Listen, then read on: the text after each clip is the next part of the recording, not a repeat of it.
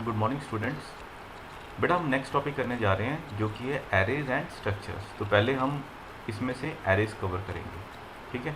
अब बेटा हम ये डिस्कस करते हैं और नोट्स में आपको मैंने बताया भी है कि एरेज होते क्या हैं।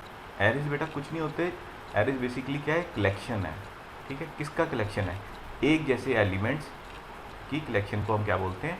एरे बोलते हैं। बेटा आपको नोट्स में भी मैंने ये बताया था, ठीक है, अगर आपको याद होगा कि एरेज बेसिकली क्या है, सिमिलर डाटा टाइप की कलेक्शन को हम क्या बोलते हैं? एरेज। इसका मतलब क्या है? इसका मतलब ये है कि एक जैसे एलिमेंट हो, जब जैसे कि बेटा मार्क्स हो गए, ठीक है, तो सबके मार्क्स मान लो इंटीजर होंगे, किसी के 10 होंगे, किसी के 15 होंगे, किसी के 20 होंगे। तो एक साथ इतने सारे जब आपको मार्क्स को इकट्ठे करके कहीं रखना है तो हम एरेज का इस्तेमाल करते हैं बेटा। लेकिन एक क्वेश्चन ये भी आता है कि ज़रूरत क्या है, क्योंकि हम मार्क्स के लिए अलग अलग 5 वेरिएबल भी बना सकते हैं, ठीक है, जैसे M1, M2, M3, M4, M5, ठीक है बेटा, हम बना सकते हैं। लेकिन बेटा जब एक क्लास की बात करते हैं कि एक क्लास के स्टूडेंट्स के मार्क्स चाहिए या एक स्कूल के स्टूडेंट्स के मार्क्स चाहिए, तो ये बहुत सारे बच्चे होंगे उस क्लास में, मान के चलते हैं 70 बच्चे हैं, ठीक है। अब 70 बच्चों के लिए कितने वेरिएबल बनाने पड़ेंगे? 70 वेरिएबल बनाने पड़ेंगे, M1, M2, M3 ऐसे करते M70 तक, ठीक है। अब बेटा जितनी बार भी उसमें वैल्यू देनी होगी तब भी आपको वो 70 वेरिएबल के नाम लिखने पड़ेंगे। जब उस पर कोई ऑपरेशन लगाना है, प्लस करना है, माइनस करना है, कुछ भी करना है, तो M1 plus M2 plus M3 ऐसे करते करते M70 तक। तो बेटा एक तो बार बार लिखना पड़ेगा, वो मुश्किल काम है, और लिखते वक्त आप गलती भी कर सकते हो। आपने कोई एक भी छोड़ दिया, M59 की जगह M69 लिख दिया, M6 की जगह M7 लिख दिया, तो आपका सारा गलत हो जाएगा, ठीक है। तो ऐसे केसेस के लिए जहाँ पर एक तरह का डाटा हो लेकिन बहुत सारा डाटा हो, तो हम उनको एरेज में स्टोर करके रखते हैं, ठीक है। अब एरे में स्टोर करते क्यों हैं? क्योंकि बेटा एरेज का क्या होता है, नाम एक ही रहता है, ठीक है। एक एरे का एक नाम होगा, लेकिन उसके अंदर एलिमेंट आप काफ़ी सारे डाल सकते हो। जैसे बेटा एरे को हम डिक्लेयर कैसे करते हैं, देखो यहाँ पर एक एग्जांपल दिया है, जैसे इंट मार्क्स, ठीक है। अब बेटा ये क्या बता रहा है, ये देखो, इसके बाद एक स्क्वायर ब्रैकेट है और उसके अंदर लिखा हुआ है 5। तो बेटा ये बता रहा है कि एक एरे है जिसका नाम क्या है, मार्क्स, ठीक है। उसके अंदर कितने एलिमेंट आ सकते हैं? उसके अंदर 5 एलिमेंट आ सकते हैं, और वो किस टाइप के होंगे एलिमेंट्स? इंटीजर टाइप के होंगे, ठीक है। ऐसे बेटा एक और एरे बनाया हमने जिसका नाम रखा है हेलो, ठीक है। इसके अंदर भी कितने एलिमेंट्स आ सकते हैं? 5, और वो किस तरह के होंगे? कैरेक्टर टाइप के होंगे, ठीक है बेटा। जैसे कि यहाँ पर मैंने आपको ये दिखा रहा हूँ, ये आपका नीचे जो बना हुआ है ये क्या है, आपका एरे है, ठीक है बेटा। अब जैसे हम ये एक एग्जांपल लेते हैं।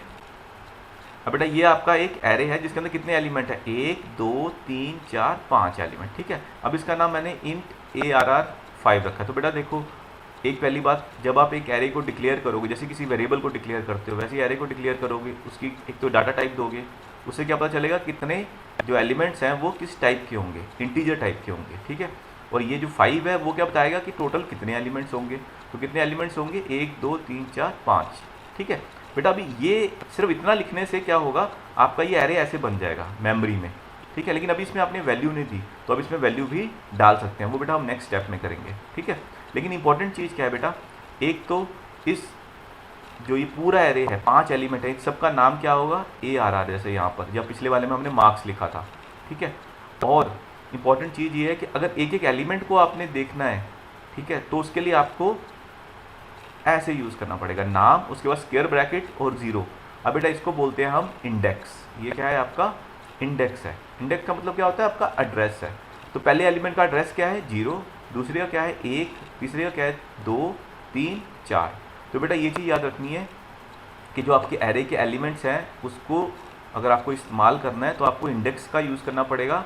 Array of 0, array of 1, array of 2, array of 3, जो भी आपका नाम होगा उसके बाद आप, अगर पहला एलिमेंट है तो 0। जब बस इंपॉर्टेंट चीज़ ये है कि एरे का इंडेक्स 0 से स्टार्ट होता है, ये चीज़ याद रखनी है, 1 से नहीं होता। कहाँ से स्टार्ट होता है? 0 से स्टार्ट होता है, ठीक है। तो आपका पहले एलिमेंट का नाम क्या होगा, जो भी आपने इसका एरे का नाम दिया है, एरे ऑफ 0, दूसरे का क्या होगा? Array of 1, array of 2, array of 3, array of 4। Total कितने हो गए? ये 5 एलिमेंट, क्योंकि ये 5 एलिमेंट का था। एक बेटा और इंपॉर्टेंट चीज़, क्योंकि ये मेमोरी के अंदर स्टोर हो रहा है, तो देखो बेटा ये जो नीचे मैंने दिए हुए ये कुछ मेमोरी के एड्रेसेस हैं। तो अगर पहला एड्रेस 100 है तो दूसरा 102 क्यों होगा? आपको बेटा याद होगा डाटा टाइप्स में हमने किया था, एक इंटीजर कितने बाइट लेता है? एक इंटीजर 2 बाइट लेता है। तो अगर पहले वाले एलिमेंट ने 2 बाइट ले लिए, 100 था उसका एड्रेस, तो दूसरे वाले का कितना होगा 102, तीसरे वाले का क्या होगा 104, चौथे वाले का 106, ठीक है, पाँचवें वाले का 108। तो बेटा क्योंकि ये इंटीजर का एरे है इसलिए एड्रेस में कितने कितने का इंक्रीमेंट होगा 2 का। अगर बेटा कैरेक्टर का होता, अब कैरेक्टर कितने लेता है बाइट्स, 1 बाइट लेता है, तो कितने कितने का इंक्रीमेंट होता 1 का।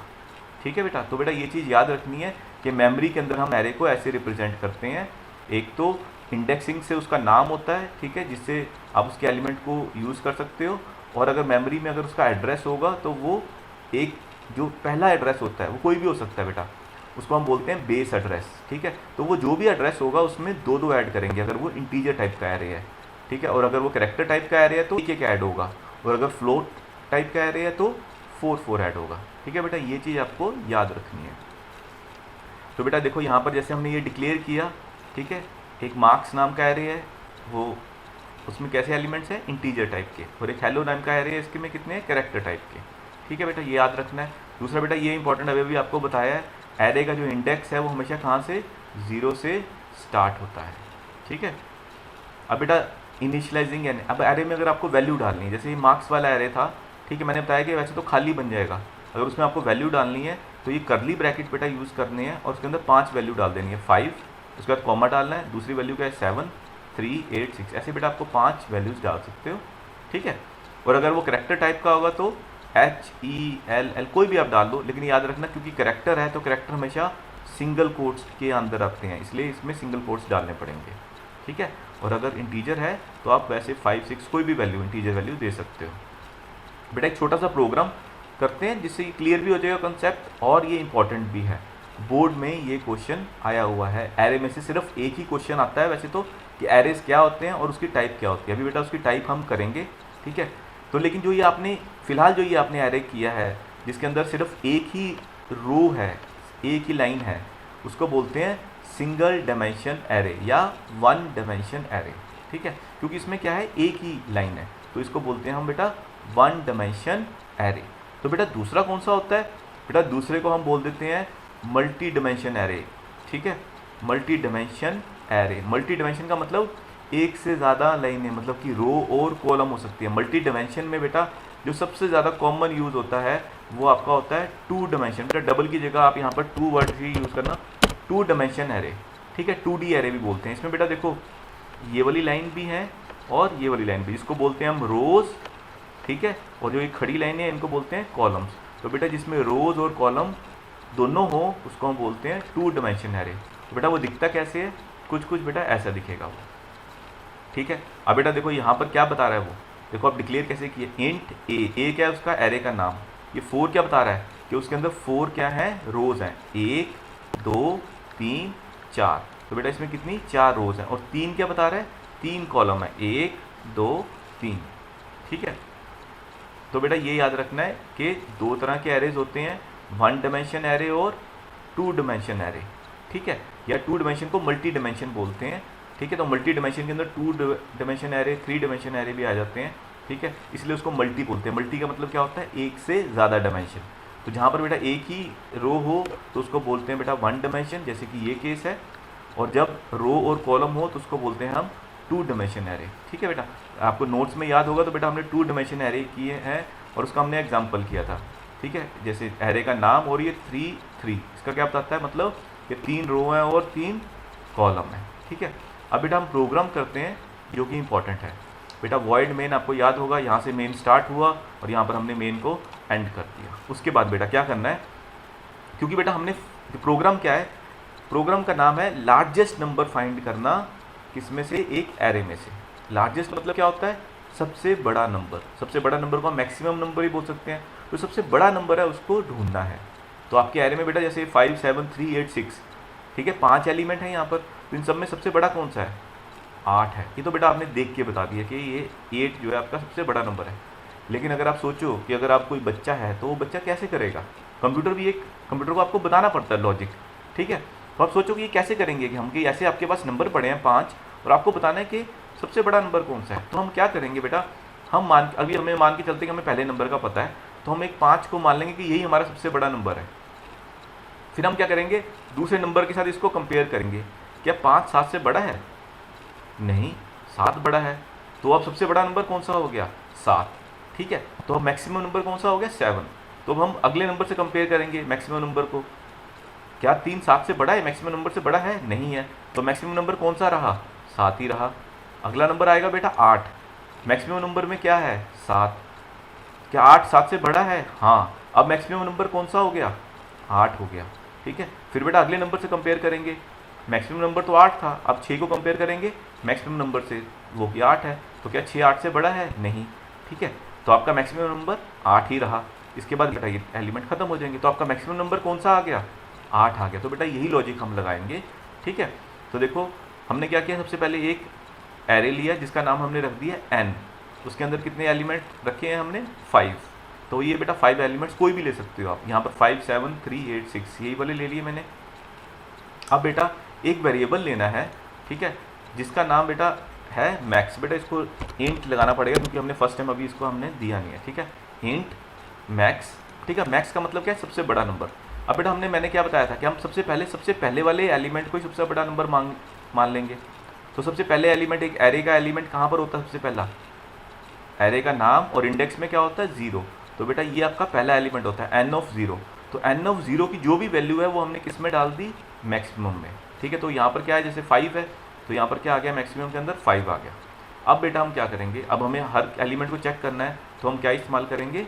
लूप इस्तेमाल करेंगे। ठीक है, फोर लूप आपको याद होगा बेटा कि हमने फोर लूप किया था। ठीक है, फोर लूप। अब देखो बेटा लूप वेरिएबल यहाँ पर हमने i लिया हुआ है और i को हम स्टार्ट कहाँ से कर रहे हैं? 1 से। बेटा 1 से इसलिए कर रहे हैं कि 0 के अंदर तो हमने ऑलरेडी वैल्यू डाली हुई है। ठीक है, 0 वाली वैल्यू हम डाल चुके हैं मैक्सिमम में। ठीक है, ये वाली वैल्यू 5 जो आपको दिखा रहे हैं ये तो हम ऑलरेडी डाल चुके हैं। अब हमें किससे कंपेयर करना है? 7 से। तो ये कौन से इंडेक्स पे होगा? 0 वाला इंडेक्स तो हो चुका है, कौन से होगा? 1 से। ठीक है, और ये कहाँ तक जाएगा? ये 0 1 2 3 4 तक जाना चाहिए। ठीक है, तो देखो लेस देन 5 लिखा है बेटा, लेस देन इक्वल टू लिखते तो मैं यहाँ पर 4 लिख देता। ठीक है, अगर आपको यही लिखना तो ऐसे लिख देते हैं, लेस देन इक्वल टू 4। ठीक है, तो 1 से लेके देखो 0 वाला तो आपका पहले ही आपने मैक्सिमम डाल दिया, 1 2 3 4। तो 1 से लेके 4 तक चलेगा लूप आपका। और ये क्या करेगा? वो चेक करेगा इफ़ आपको याद होगा, if max less than n of i। ठीक है, i की वैल्यू पहली बारी में कितनी है? 1। ठीक है, n ऑफ 1 मतलब कौन सा हो गया नंबर आपका? दूसरा, मतलब कि यहाँ पर 7। क्या जो मैक्स है वो 7 से कम है? ठीक है, अब मैक्स में क्या वैल्यू थी? 5। हाँ, 5 तो कम है 7 से। तो इसका मतलब मैक्स के अंदर कौन सी वैल्यू डाल देंगे? n ऑफ i की। मतलब कि अब जो 7 है वो किस में डाल देंगे? मैक्सिमम में। तो मैक्स के अंदर कितनी वैल्यू आ गई? 7 आ गई। ठीक है बेटा, उसके बाद लूप की वैल्यू i प्लस प्लस होगी, तो 1 के बाद क्या आ जाएगा? 2। ठीक है, n ऑफ 2 में क्या है? 3 है। तो क्या 3 मैक्सिमम से लेस है? 3 क्या बड़ा है मैक्सिमम से? ठीक है, तो मैक्सिमम में कितना आ गया था? 7 आ गया था। ठीक है, तो नहीं है, तो मैक्सिमम क्या रहेगा? 7 ही रहेगा। फिर बेटा दोबारा i प्लस प्लस होगा। ठीक है, अब देखो 0 1 2 3। ठीक है, n ऑफ 3 के अंदर क्या है? 8 है। ठीक है, क्या 8 बड़ा है मैक्स से? मैक्स के अंदर क्या वैल्यू थी? 7। हाँ, बड़ा है। तो मैक्स के अंदर हम क्या वैल्यू डाल देंगे? n ऑफ i की। ठीक है, मतलब कि 8 वैल्यू डाल देंगे। बेटा 8 आ जाएगा। अगला नंबर आएगा बेटा 6 नहीं बढ़ा, तो मैक्सिमम के अंदर वैल्यू क्या आ जाएगी? फिर ये लूप खत्म हो जाएगा बेटा। ठीक है, क्योंकि ये 1 से लेकर 4 तक चलना है। मैक्सिमम अंदर आपकी वैल्यू क्या आ गई? 8। और बेटा इसके बाद हम प्रिंट कर देंगे, ये लूप खत्म हो गया यहाँ पर। ठीक है, लूप खत्म होगा, उसके बाद हम सी आउट किस लिए? प्रिंट करने के लिए। लार्जेस्ट एलिमेंट इज, ठीक है, सबसे बड़ा एलिमेंट कौन सा है? मैक्स। तो मैक्स के अंदर क्या एलिमेंट था? 8 था यहाँ पर। ठीक है, तो बेटा ये इंपॉर्टेंट है प्रोग्राम, आसान है, बस याद रख लेना इसको क्या करने के लिए? लार्जेस्ट नंबर फाइंड करने के लिए। ठीक है, और बेटा एक चीज़ याद रखना कि एरेस क्या होते हैं? एक जैसे एलिमेंट्स, एक जैसे डाटा टाइप के एलिमेंट्स को स्टोर करने के लिए इस्तेमाल होते हैं। दूसरी बात, 2 तरह के होते हैं, 1 डायमेंशनल जिसके अंदर एक ही रो होती है, और दूसरे होते हैं 2 डायमेंशनल, मल्टी डायमेंशनल या 2 डायमेंशनल बोलते हैं, जिसके अंदर आपके रो और कॉलम दोनों होते हैं। ठीक है, और दूसरी बात बेटा ये program to find largest number, बेटा इतना ही करना है हमने एरेस में। ठीक है, और आपको मैं यहाँ पर मैंने एरेस के ये जो फ़ायदे हैं, ठीक है, वो भी आपको मैंने बताए हैं। ठीक है, और इसमें क्या क्या इसके फीचर्स हैं वो भी बताए हैं। बेटा 1-2 और क्वेश्चन हैं छोटे छोटे, वो हम एरे के ऊपर करेंगे, फिर ये हमारा टॉपिक क्लोज हो जाएगा। ठीक है बेटा, thank you, have a nice day.